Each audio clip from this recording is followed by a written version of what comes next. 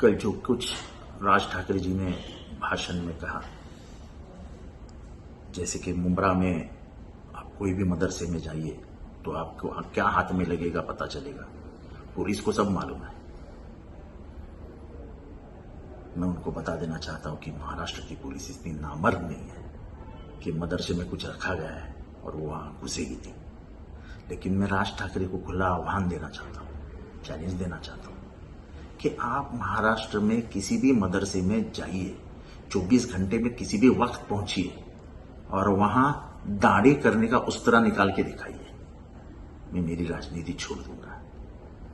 बिना वजह ऐसी बातें करके दो समाज में द्वेष मूल्य प्रस्तावित करके उनमें आग लगाने का काम छोड़ देना।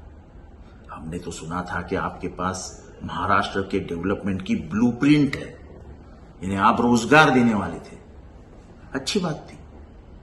लेकिन आज आपकी ब्लूप्रिंट में ये मस्जिद के सामने जाके बैठो, बच्चों लोगों को कहना, ये कहां से आ गया भाई?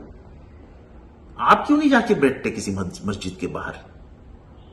ये तो अच्छा धंधा है कि बच्चों को बिठा देना, बच्चे लड़ेंगे अपने आप में, जाएंगे जेल में, छुड़ाने के लिए मां बाप को तकलीफ उठानी पड़ती है।